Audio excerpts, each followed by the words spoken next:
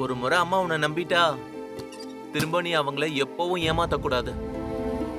சொன்ன வார்த்தையில இருந்து பின் வாங்கவே கூடாது.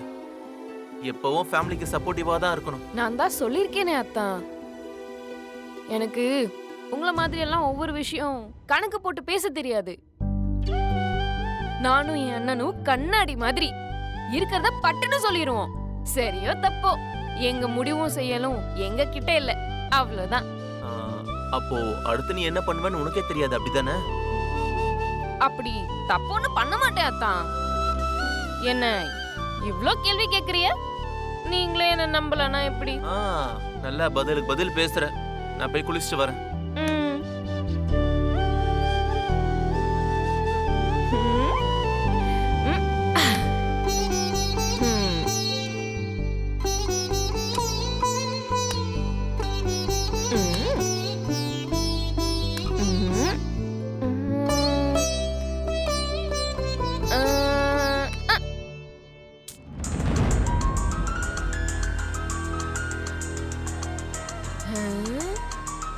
என்ன பேர் இது? ஒண்ணுமே புரியல. K law we